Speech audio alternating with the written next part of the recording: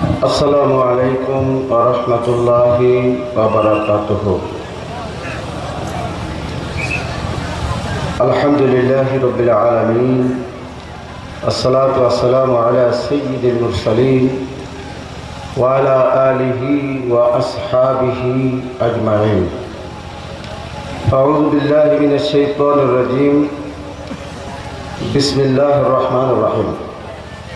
ইকরা বিসমি রাব্বিকাল্লাযী খালাক, খালাকাল ইনসানা মিন আলাক।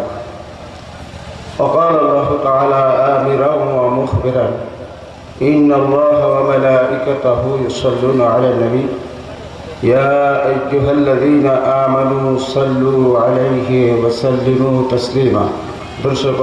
صلى الله على محمد صلى الله عليه وسلم. صلى الله على محمد صلى الله عليه وسلم. فمحمدنا هو سيدنا فالعز لنا لإجابته. صلى الله على محمد صلى الله عليه وسلم. صلى الله على محمد صلى الله. मुअज़्ज़ज़ मोहतरम, এই মোবারক ইসালে সওয়াব, ঐতিহাসিক ইসালে সওয়াব মাহফিলের সভাপতি, দরবার শরীফের খোলাফা ওলামা,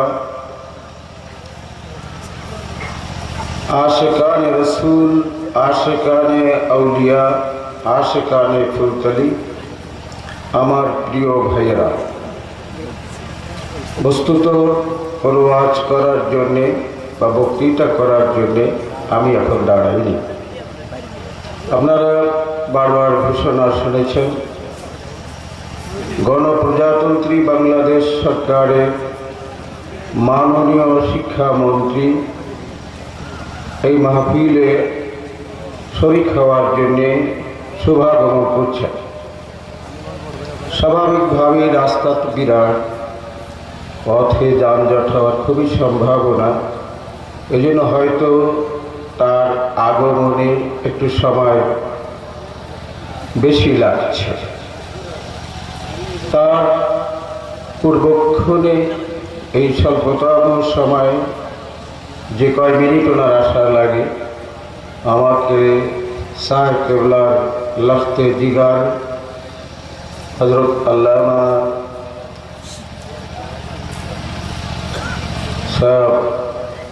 ঢাকা বিশ্ববিদ্যালয়ের আরবি বিভাগের মাননীয় লেকচারার আর দৌহিত্র সাংসদ দুইটি কথা বলার জন্যে আমাকে নির্দেশ দিয়েছে। কথা আমি শিক্ষা সংক্রান্ত কথা বলার জন্যে উনি বলেছেন। একটা সহজ কথা, হযরত ঈসা রুহুল্লাহ চলে গেলেন, আল্লাহ রাব্বুল আলামিন তাকে চৌথা আসমানে উঠিয়ে নিলেন। 600 বছর চলে গেল। আল্লাহ রাব্বুল আলামিন তার বান্দাদের কাছে এর মধ্যে নবীদের মারফতে যে কথা বলেন মানব জাতির জন্যে, আল্লাহ রাব্বুল আলামিন এর ওহী বন্ধ, মানব জাতির জন্য তার কথা বন্ধ।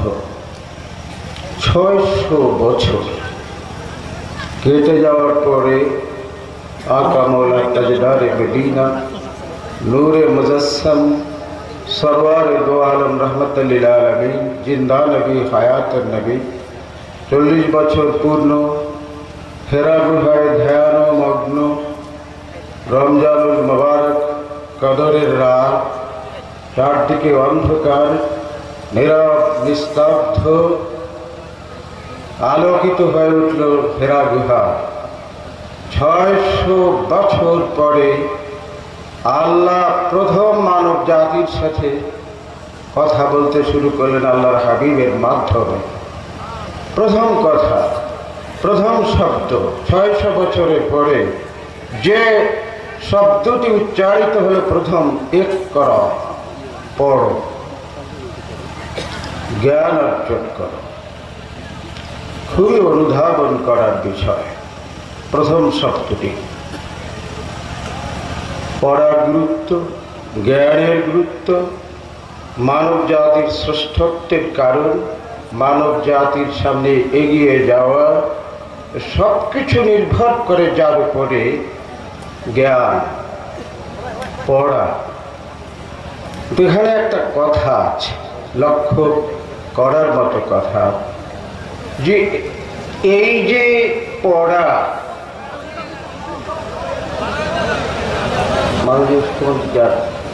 মাননীয় শিক্ষামন্ত্রী তশরিফ এনেছেন মাহফিলের পক্ষ থেকে, তাকে আন্তরিক শুভেচ্ছা, খোশ আমদেদ, ওয়েলকাম। আজকে ফুলতলি দরবার শরীফে সাহেব ফুলতলি রহমতুল্লাহ মোবারক ইসালে সাহেবের মাহফিলে গণপ্রজাতন্ত্রী বাংলাদেশ সরকারের মাননীয় শিক্ষামন্ত্রী জনাব নুরুল ইসলাম নাহিদ উপস্থিত হয়েছেন। আমরা তাকবীর, নারায়ে তাকবীর, নারায়ে তাকবীর, নারায়ে রিসালাত, নারায়ে রিসালাত। সাহেব কেবলা ফুলতলি, ফুলতলি দরবার শরীফ, মাননীয় শিক্ষামন্ত্রী জনাব নুরুল ইসলাম নাহিদ, মাননীয় শিক্ষামন্ত্রী জনাব নুরুল ইসলাম নাহিদ।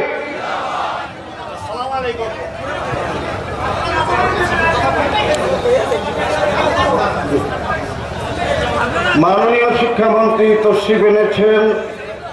আমরা দেখতে পাচ্ছি দৈনিক ইনকিলাবের সম্পাদক, বাংলাদেশ জমিয়তুল মুদারিসিনের সম্মানিত সভাপতি আলহাজ এম বাহাউদ্দিন, তিনিও এসে মঞ্চে আসন গ্রহণ করেছেন, এবং বাংলাদেশ জমিয়তুল মুদারিসিনের সম্মানিত মহাসচিব জনাব সাব্বির আহমদ মুমতাজি সাহেব, তিনিও তশরিফ এনেছেন। যে কথাটি আমি বলছিলাম, নির্দেশ দেওয়া হয়েছে আমাকে এটা শেষ করার জন্য। বলছিলাম দীর্ঘ 600 বছরে আল্লাহ রাব্বুল আলামিন মানব জাতির সাথে কোনো কথা বলেননি নবী আসেন। 600 বছর পরে ঈসা আলাইহিস সালামের, মুহাম্মদুর রাসূলুল্লাহ হেরা গুহায় ধ্যানমগ্ন, 40 বছর পূর্ণ হয়েছে। 600 বছর পরে আল্লাহ রাব্বুল আলামিন মানব জাতির জন্য কথা বলতে আরম্ভ করেছেন। প্রথম শব্দটি ইকরা, এর থেকে আমরা বুঝতে পারি পড়ার গুরুত্ব, জ্ঞান অর্জনের গুরুত্ব, শিক্ষা গ্রহণের গুরুত্ব কত যে অধিক। সাথে সাথে আরেকটি বিষয় আমরা দেখতে পাই, আল্লাহ রাব্বুল আলামিন কেবল পড়তেই বলেননি, কারণ আজকের দুনিয়ার দিকে যদি আমরা তাকাই, যত যুদ্ধ, যত বিগ্রহ, যত অপকর্ম, তা অশিক্ষিত মানুষরা কিন্তু করে না। শিক্ষা যারা যত অপকর্ম করে তাদের কিন্তু অনেক অনেক শিক্ষা আছে। আমরা যদি বাংলাদেশেও দেখি, সর্বত্রই যারা আজকে দুর্নীতির পঙ্কে নিমজ্জিত, যারা অন্যায় অবিচারে লিপ্ত, যারা জুলুম অত্যাচার চালিয়ে যাচ্ছে, তারা সাধারণ মানুষ নয়, অশিক্ষিত মানুষ নয়, তারা অনেক উচ্চ শিক্ষিত মানুষ। তাহলে এই যে বলা শেখো, পড়ো, এর সাথে আরেকটি কথা আল্লাহ বলে বিস্মে রাব্বিকা, আল্লাহর নামে পড়ো। পড়া যদি আল্লাহর নামে না হয়, শিক্ষার সাথে যদি আল্লাহর নাম, আল্লাহ প্রদত্ত শিক্ষার সংযোগ না ঘটে, শিক্ষার সাথে যদি আধ্যাত্মিক শিক্ষার সমন্বয় না হয়, যদি এই দুনিয়ার শিক্ষার সাথে যদি ধর্মীয় শিক্ষা নৈতিক শিক্ষার সমন্বয় না ঘটে, তাহলে কেবলমাত্র শিক্ষার দ্বারা সত্যিকার মানুষ হতে পারে না, চরিত্রবান মানুষ হতে পারে না, আদর্শবাদী মানুষ হতে পারে না। যাদের দ্বারা দুনিয়ার কল্যাণ হবে এমন মানুষ হতে পারে না। এই জন্য কেবল শিক্ষা নয়, তকবীর পড়ে দেবেন, মাননীয় মন্ত্রীর বক্তব্য শুনবো, মেহমানদের বক্তব্য শুনলো। ভূমিকাটার কেবল দুটো কথা আমি বলছি। কাজেই এই শিক্ষার সাথে যখনই বিস্মেরোদ্দিক হবে, শিক্ষা জাগতিক জ্ঞান বিজ্ঞান হুনার হিকমত শিখতে হবে পৃথিবীর উন্নয়নের জন্য। তার সাথে সাথে আমি যে মানুষ, আমি যে আশরাফুল মাখলুকাত, আমার যেমন দৈহিক চাহিদা আছে, আমার যেমন দেহ সর্বস্ব আমি নই, আমার আত্মা আছে, আমার রূহ আছে।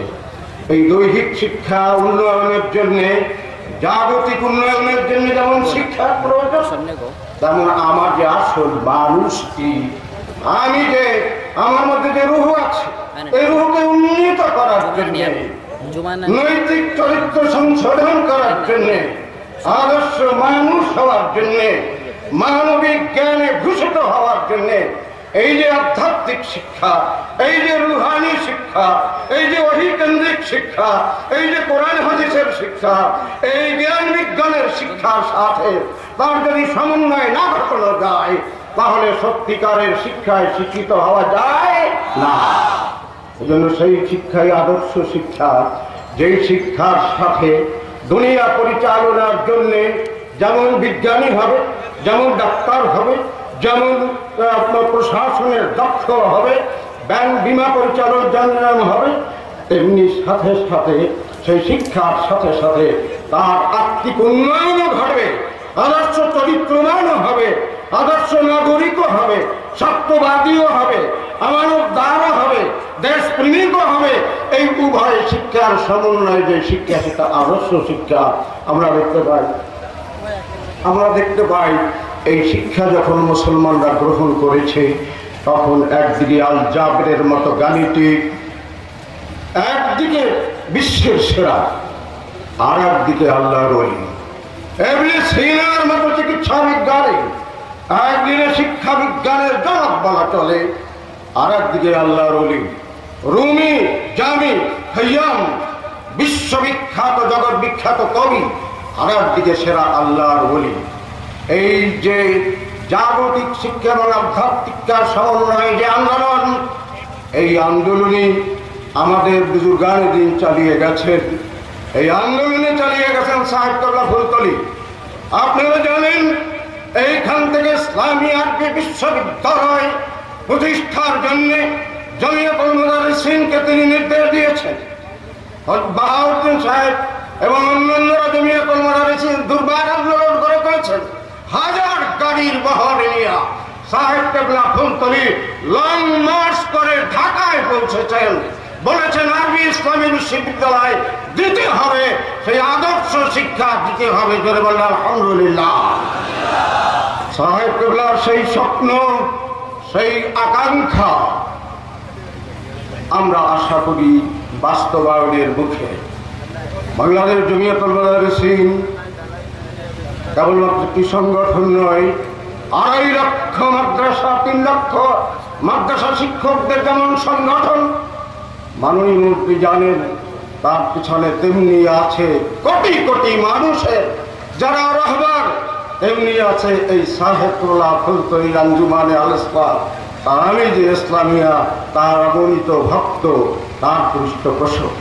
তেমনি আছেন সরসিনার পীর সাহেব কেবলা, তেমনি আছেন বাংলাদেশের সমস্ত পীর মাশায়েখ, হযরত শাহজালালের দেশ, শাহপরানের দেশ, শাহ মখদুমের দেশ, খান জাহান আলীর দেশ, মাওলানা কারামত আলী জনপুরের দেশ, তাদের ভক্ত অনুসারী কোটি কোটি এই বাংলা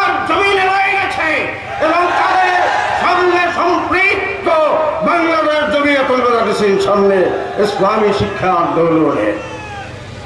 মাননীয় মন্ত্রী, আমরা অত্যন্ত তার প্রতি কৃতজ্ঞ।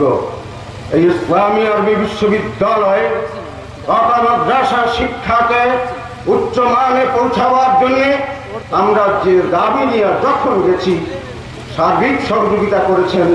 আপনারাও জানেন, ইসলামী আরবি বিশ্ববিদ্যালয় খসড়া আইন প্রণীত হয়েছে, মন্ত্রিসভা অনুমোদন করেছে, এখন বাকি জাতীয় সংসদে যাওয়া। আমি কথা বাড়াবো না। মাননীয় মন্ত্রী আমাদের সামনে, তিনি জানেন এই দেশের লক্ষ্য কোটি জনতা কি চায়। আমরা কেবল ঘোষণা পর্যায়ে নয়, আইনের পর্যায়ে নয়, আমরা দেখতে চাই সাহেব কেবলার স্বপ্ন বাংলাদেশের জমিনে বাস্তবে ইসলামী আরবি